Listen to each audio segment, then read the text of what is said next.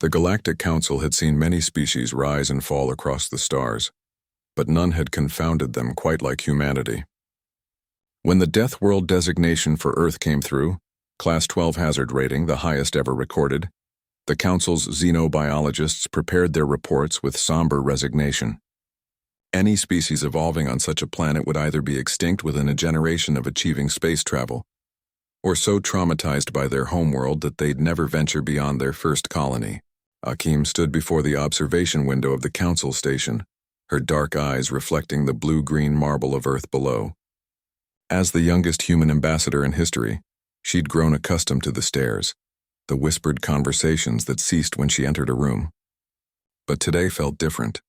"Ambassador Akeem," the Thrillian Councilor's translator device chirped, "we must discuss the incident on Kepler 442b.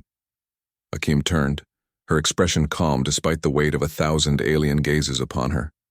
"You mean the colony?" "We mean the disaster."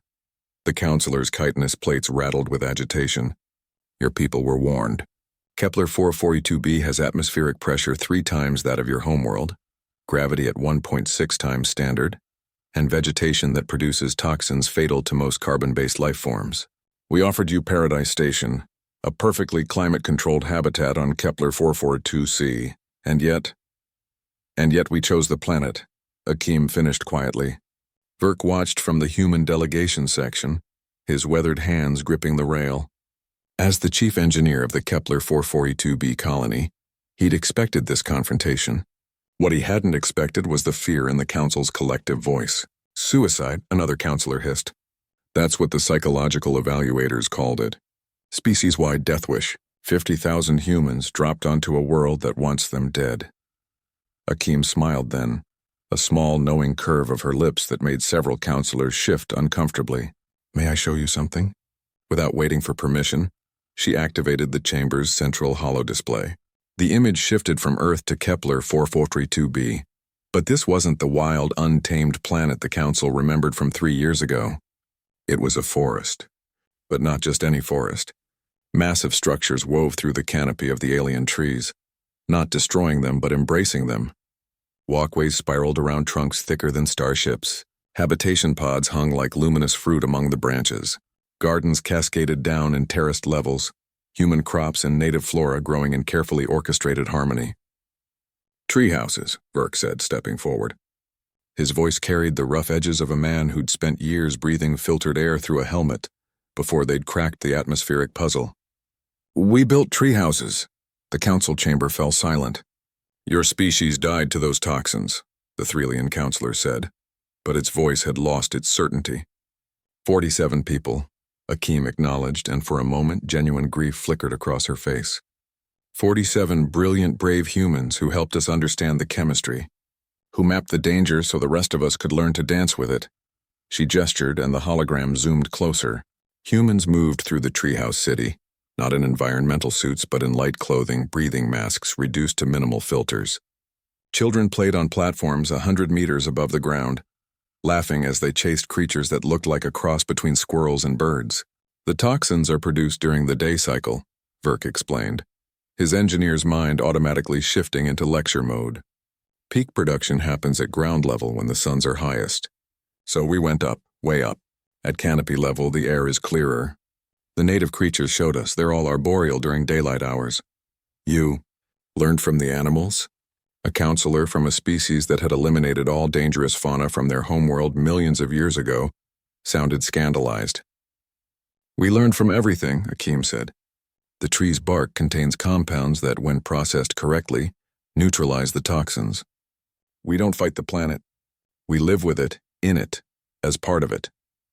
The hologram shifted again, showing underground installations, not bunkers but vast hydroponic farms built into the cave systems where the toxins couldn't reach. Waterways that had been carefully redirected, not dammed, working with the planet's natural flow. And everywhere, always, the integration of human ingenuity with alien ecosystem. The high gravity? Another counselor's challenge came weekly now. Verk grinned. "Our children are growing up stronger than any generation of humans before them. We've had to redesign our exercise equipment because the adults are adapting faster than we anticipated." In another decade, our colony will be producing the physically strongest humans in the galaxy. The pressure makes for incredible diving, Akeem interrupted. Our oceans were deep, but Kepler's are deeper. We're exploring abyssal zones that would crush our equipment back home. We've already cataloged 300 new species. The Threlian counselor's plates had stopped rattling. It stared at the hologram with something that might have been awe. You were supposed to die. Deathworlders don't die easy, Akeem said softly. You looked at Kepler 442b and saw 1,000 ways to kill us. We looked at it and saw home. A harder home, a dangerous home, but what else would children of Earth recognize? Verk brought up another image, this one of Earth, with data overlays the Council had never bothered to examine closely. Gravity fluctuations from your moon. We have earthquakes that rearrange geography. Atmospheric toxins. We evolved breathing the volcanic exhaust of a planet still cooling from its formation. Predators. Our ancestors were prey for things with teeth the size of your arm. Every human alive, Akeem continued, is the descendant of survivors. Not the strongest, not the fastest, but the most adaptable. The ones who looked at a cave full of bears and thought, how can we make this work? The ones who saw fire destroying the forest and thought, how can we use this? The hologram showed night falling on the treehouse city. Bioluminescent plants, native species encouraged and guided, began to glow. The city lit up like a constellation brought to Earth. Organic and technological beauty merged into something neither the planet nor humanity could have created alone. You thought we'd need your perfect station, Verk said.